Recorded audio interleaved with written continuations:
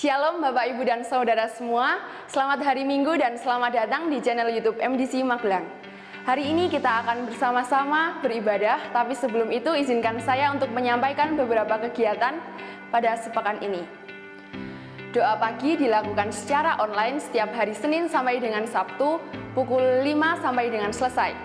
Juga doa malam dilakukan setiap hari pukul 8 sampai dengan selesai dengan ID Zoom di bawah ini. Kita tahu bahwa persembahan merupakan sebagian dari ibadah dan ucapan syukur kita kepada Tuhan, maka marilah kita memberikan yang terbaik pada Tuhan. Saudara dapat memberikan persembahan melalui nomor rekening yang berada di bawah ini. Demikian pengumuman yang dapat saya sampaikan. Tiba saatnya kita akan beribadah dan memuji Tuhan. Selamat beribadah. Haleluya, haleluya, selamat pagi Bapak Ibu yang dikasihi oleh Tuhan. Haleluya, pada pagi hari ini kita akan berikan pujian kita yang terbaik buat Tuhan Yesus. Haleluya.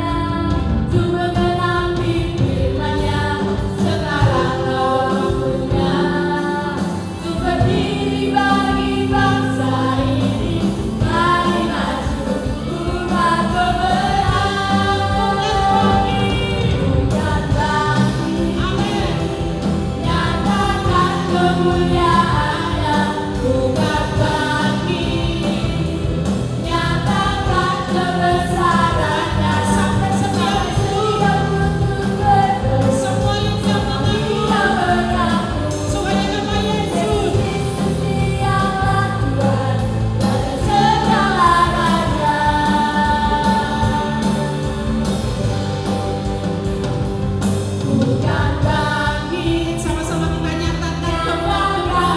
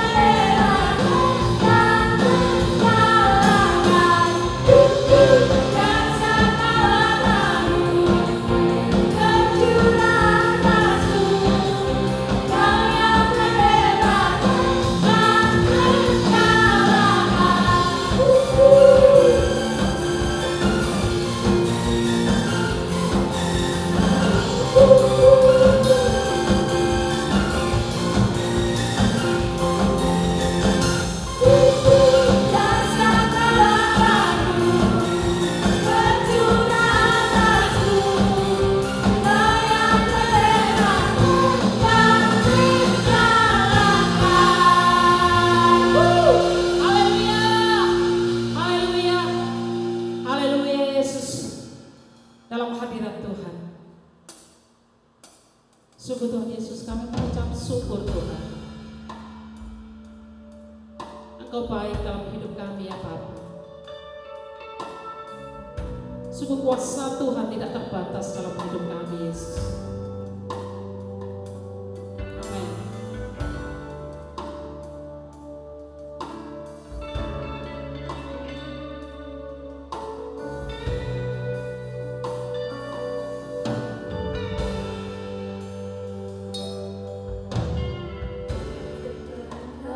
Kuasa-Mu Tuhan,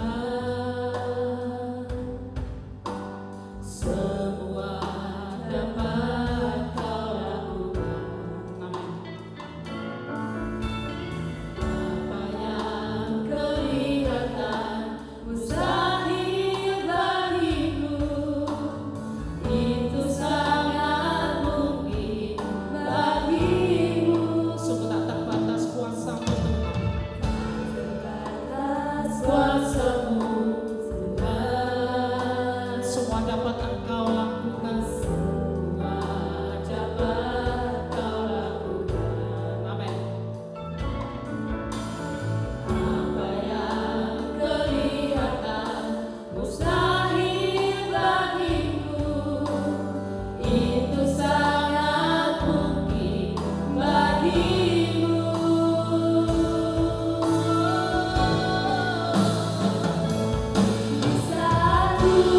Tak berdaya kuasa-Mu yang sempurna, ketika ku percaya mukjizat itu nyata, bukan karena kekuatan, namun Roh-Mu ya Tuhan. Ketika ku berdoa, mukjizat itu nyata.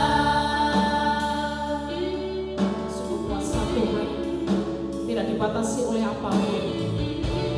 Yang sanggup, mau dan mampu.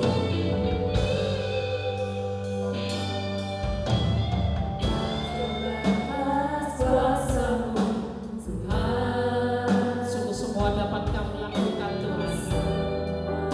Dapat Kau lakukan. Amin. Apa yang kelihatan mustahil bagiku, itu sangat mungkin bagimu.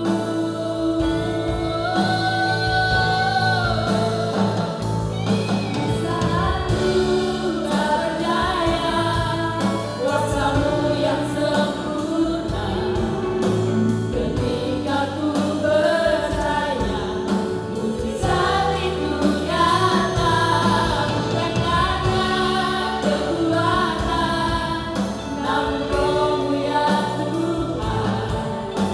Ketika ku berdoa, mukjizat itu nyata. Di saat ku tak berdaya, kuasa-Mu yang sempurna, ketika ku percaya mukjizat itu nyata, bukan karena kekuatan, namun Roh-Mu ya Tuhan. Ketika ku berdoa, mukjizat itu nyata. Di saat ku tak berdaya, saudara yang dikasihi oleh Tuhan,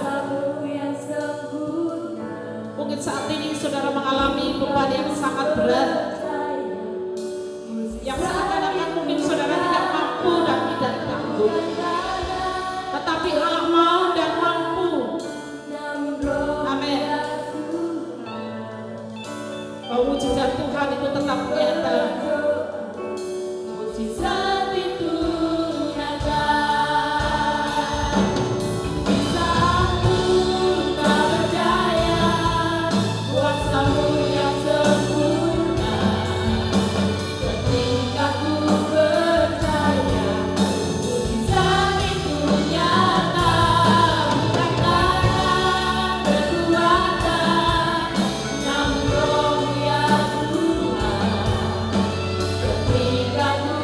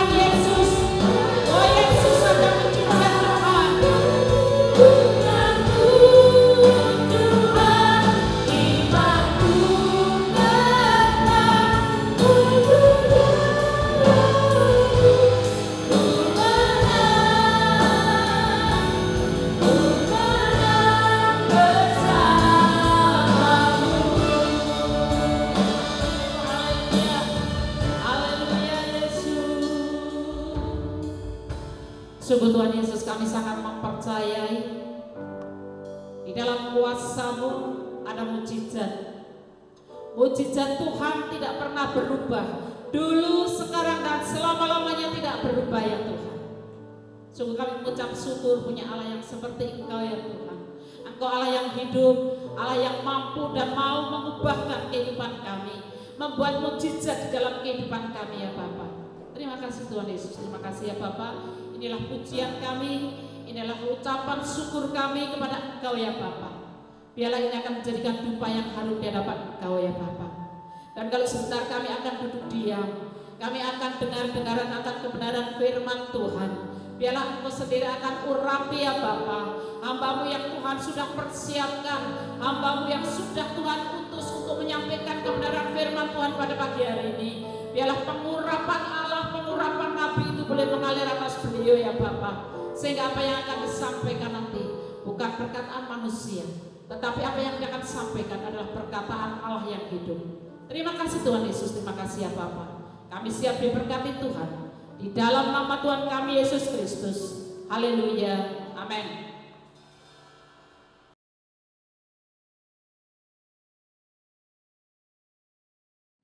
Shalom, selamat pagi Bapak Ibu Saudara sekalian. Apa kabar? Tentunya luar biasa, bukan? Senang sekali kita bisa berjumpa kembali dan mengikuti ibadah, baik secara online dari rumah kita masing-masing ataupun ibadah onsite atau secara tatap muka di gereja MDC Magelang. Bapak Ibu Saudara sekalian, tanpa kita sadari kita sudah masuk di akhir bulan November. Artinya tinggal beberapa hari lagi kita akan mengakhiri tahun 2021. Hampir 2 tahun kita hidup dalam situasi dan kondisi yang kurang enak, yaitu di kondisi pandemi COVID-19. Saya berharap situasi seperti ini akan segera berakhir dan kita akan kembali hidup normal seperti di masa-masa lalu. Dan kita harus tetap berdoa supaya gelombang ketiga COVID-19 itu tidak akan terjadi di Indonesia. Namun kita tetap harus tetap waspada dan tetap menggunakan protokol kesehatan. Dan harapan saya bahwa Indonesia akan segera dipulihkan dari berbagai-bagai persoalan, termasuk perekonomian, termasuk kesehatan, studi anak-anak, dan lain-lain. Dan akhirnya keadaan kita semua akan menjadi lebih baik. Haleluya. Amin. Bapak Ibu Saudara sekalian, pagi hari ini saya ingin menyampaikan sebuah khotbah tentang bagaimana cara mengalami hidup yang berhasil, yang harus dibangun oleh setiap orang percaya, supaya orang percaya mengalami keberhasilan di dalam hidupnya. Bapak Ibu Saudara sekalian, mari bersama dengan saya kita akan buka Alkitab kita masing-masing di dalam Matius pasalnya yang ke-6 ayat 25 sampai ayatnya yang ke-34. Ayat 25. Karena itu aku berkata kepadamu, janganlah khawatir akan hidupmu, akan apa yang hendak kamu makan atau minum, dan janganlah khawatir pula akan tubuhmu, akan apa yang hendak kamu pakai. Bukankah hidup itu lebih penting daripada makanan, dan tubuh itu lebih penting daripada pakaian? Pandanglah burung-burung di langit, yang tidak menabur dan tidak menuai dan tidak mengumpulkan bekal dalam lumbung, namun diberi makan oleh Bapamu yang di sorga. Bukankah kamu jauh melebihi burung-burung itu? Siapakah di antara kamu yang karena kekhawatirannya dapat menambahkan sehasta saja pada jalan hidupnya? Dan mengapa kamu khawatir akan pakaian? Perhatikanlah bunga bakung di ladang yang tumbuh tanpa bekerja dan tanpa memintal. Namun aku berkata kepadamu, Salomo dalam segala kemegahannya pun tidak berpakaian seindah salah satu dari bunga itu. Jadi jika demikian Allah mendanani rumput di ladang yang hari ini ada dan besok dibuang ke dalam api, tidakkah ia akan terlebih lagi mendanani kamu, hai orang yang kurang percaya? Sebab itu janganlah kamu khawatir dan berkata, apakah yang akan kami makan? Apakah yang akan kami minum? Apakah yang akan kami pakai? Semua itu dicari bangsa-bangsa yang tidak mengenal Allah. Akan tetapi Bapamu yang di sorga tahu bahwa kamu memerlukan semuanya itu. Tetapi carilah dahulu kerajaan Allah dan kebenarannya, maka semuanya itu akan ditambahkan kepadamu. Sebab itu janganlah kamu khawatir akan hari esok, karena hari esok mempunyai kesusahannya sendiri. Kesusahan sehari cukuplah untuk sehari. Bapak Ibu Saudara sekalian, ayat-ayat yang baru saja kita baca itu merupakan ayat-ayat yang sudah tidak asing lagi bagi kita semua. Bahkan perikop ini adalah penggalan khotbah Yesus di atas bukit yang sangat terkenal, yaitu khotbah tentang hal kekhawatiran. Namun Bapak Ibu Saudara sekalian, pagi ini saya akan berkhotbah tentang bagaimana caranya mengalami keberhasilan di dalam hidup ini. Yang saya kutip dari khotbah Yesus tentang hal kekhawatiran. Kenapa? Karena dengan jelas Yesus katakan di dalam ayat ke-27, siapakah di antara kamu karena kekhawatirannya dapat menambahkan sehasta saja pada jalan hidupnya. Artinya orang yang khawatir adalah orang yang tidak produktif. Artinya orang yang khawatir adalah orang yang tidak memiliki daya juang. Artinya orang yang khawatir tidak menjadikan orang tersebut panjang umur. Artinya orang yang khawatir adalah orang yang melakukan hal yang sia-sia. Jadi kalau saudara ingin mengalami keberhasilan di dalam hidup ini, saudara harus bebas dari segala kekhawatiran. Itu yang pertama. Sekali lagi, kekhawatiran membuat orang tidak produktif. Kekhawatiran membuat orang melakukan hal yang sia-sia. Kekhawatiran membuat orang kehilangan daya juang. Oleh sebab itu, singkirkan segala kekhawatiran di dalam hidupmu kalau engkau ingin hidup berhasil. Yang kedua, dengan jelas Yesus mengatakan untuk mengalami keberhasilan, kita harus membangun skala prioritas yang benar. Ayat 33, tetapi carilah dahulu kerajaan Allah dan kebenarannya, maka semuanya itu akan ditambahkan kepadamu. Artinya orang yang khawatir adalah orang yang salah membangun skala prioritas di dalam hidupnya. Bapak Ibu Saudara sekalian, tempatkan skala prioritas untuk hal-hal yang rohani. Kerajaan Allah dan kebenaran itu berbicara tentang hal-hal yang rohani. Maka segala sesuatunya akan ditambahkan kepadamu, termasuk kesuksesan, keberhasilan di dalamnya. Apa itu skala prioritas? Saya akan berikan sebuah ilustrasi.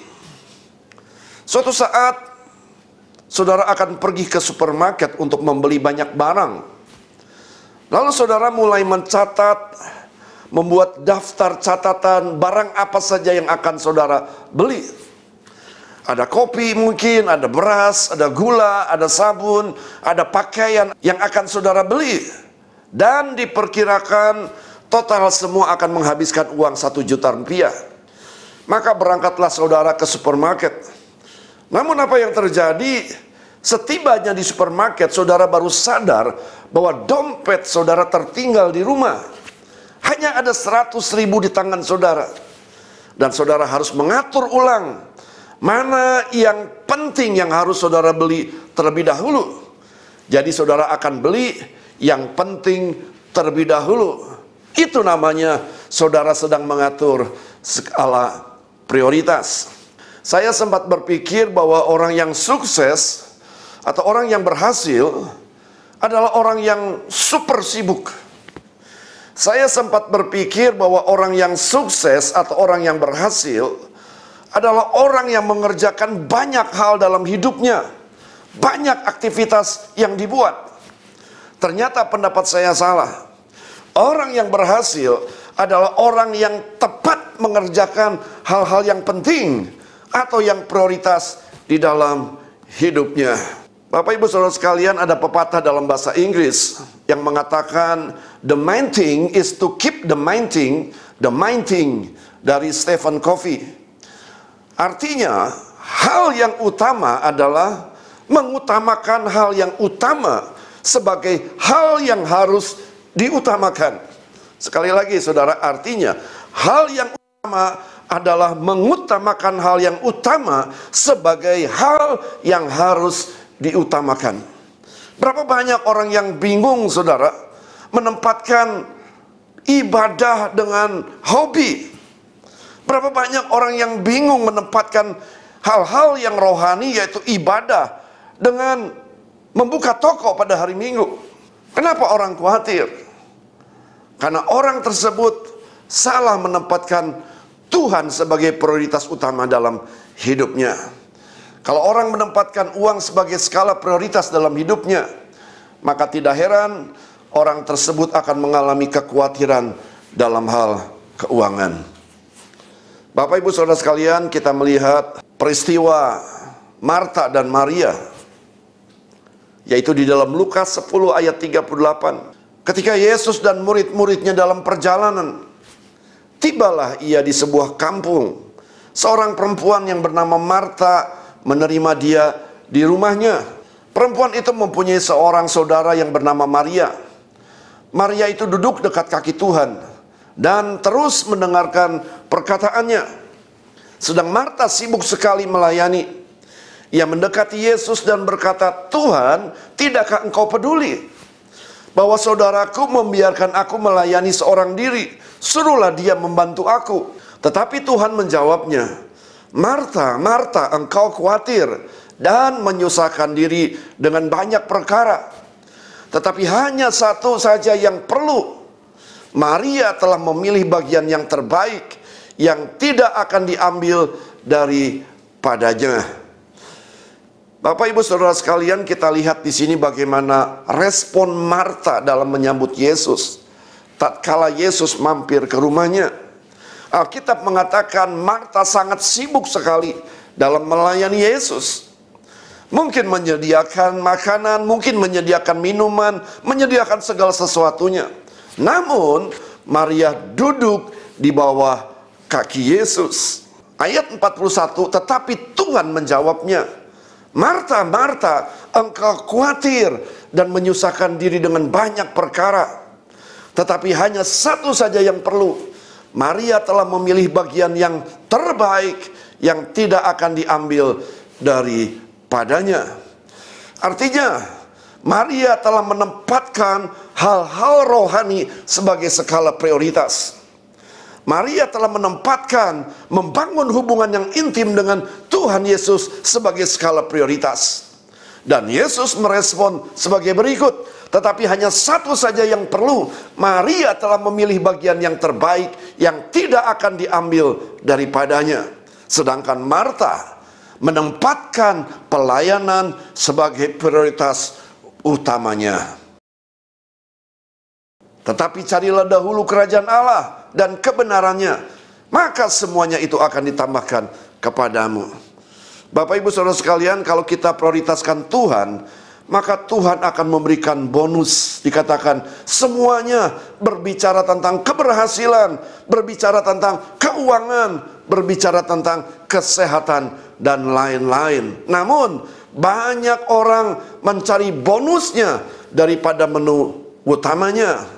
Contoh, ketika seorang anak pergi ke McDonald, biasanya saudara dari McDonald akan memberikan bonus kepada anak-anak, baik itu dalam berupa balon, baik dalam berupa mobil-mobilan, dan sebagainya.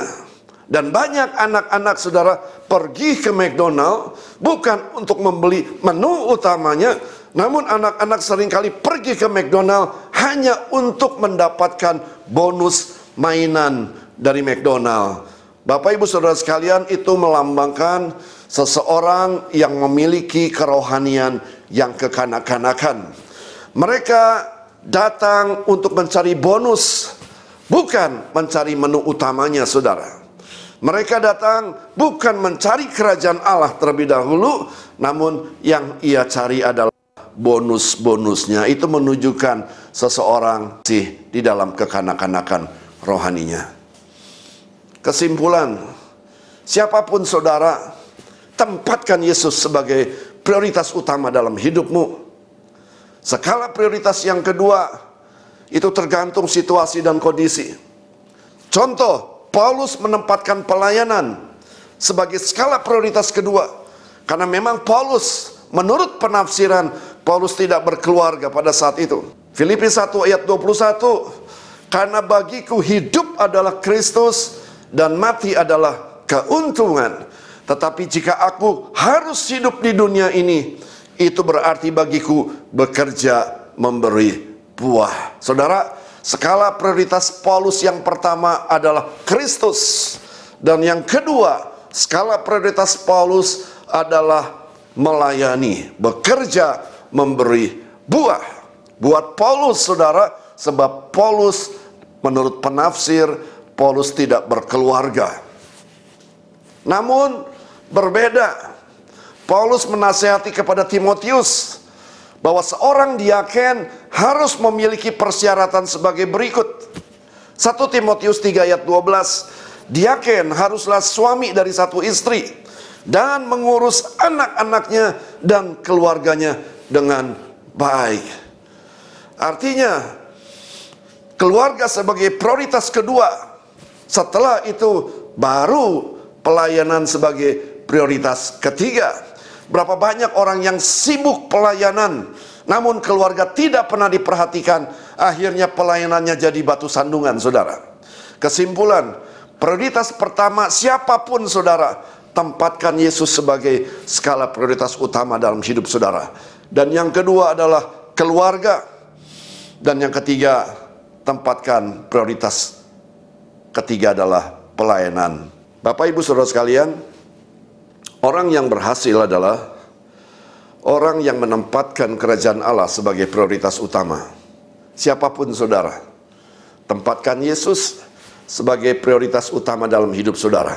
Maka bonus-bonus itu akan diberikan kehidupan saudara. Baik itu kesuksesan, baik itu keberhasilan. Siapapun saudara, tempatkan Yesus sebagai skala prioritas yang pertama. Yang kedua, tempatkan keluarga sebagai skala prioritas yang kedua. Sebab jangan sampai seseorang giat dalam pelayanan namun keluarganya berantakan. Syarat sebagai seorang diaken harus dari keluarga yang baik. Artinya saudara, mereka memprioritaskan keluarga. Dan yang ketiga adalah prioritas pelayanan. Saya percaya kalau kita mencari menu utamanya, maka bonusnya akan ditambah-tambahkan. Dan saudara menjadi orang yang berhasil, saudara menjadi orang yang sukses di dalam Tuhan. Amin. Mari kita akan berdoa. Tuhan Yesus, kami bersyukur untuk firman Tuhan pada pagi hari ini yang mengajarkan kepada kami untuk menjadi orang yang berhasil, untuk menjadi orang yang sukses.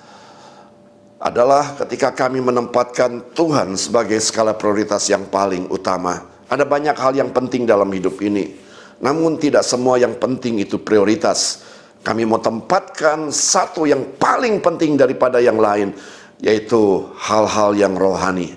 Dan Tuhan akan menambah-nambahkan segala sesuatunya dalam hidup kami. Baik itu kesuksesan, baik itu keberhasilan, dan Tuhan akan tambah-tambahkan. Hamba percaya ketika kami menghidupi firman Tuhan ini, maka Tuhan akan menambah-nambahkan segala sesuatunya, sehingga hidup kami akan mengalami keberhasilan. Terima kasih untuk kebenaran firman Tuhan. Hamba berdoa pagi hari ini, biarlah nilai-nilai yang sederhana pagi hari ini boleh dimengerti oleh seluruh jemaat dan boleh dihidupi oleh seluruh jemaat, sehingga mereka menjadi orang-orang yang bertumbuh, menjadi orang yang responsif.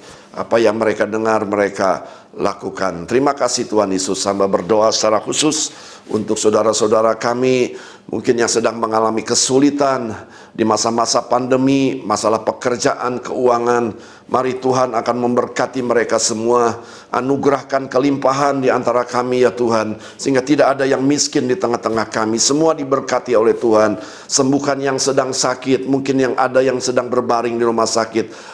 Pagi hari ini di dalam nama Yesus, mari Tuhan sembuhkan mereka semua, sehingga mereka boleh kembali bersama-sama dengan kami beribadah di dalam nama Tuhan Yesus. Hamba berdoa Tuhan, sekali lagi dimanapun yang mengikuti ibadah secara online, baik itu di kota Magelang maupun di luar kota atau bahkan di luar negeri, biar semua boleh diberkati lewat kebenaran firman Tuhan ini.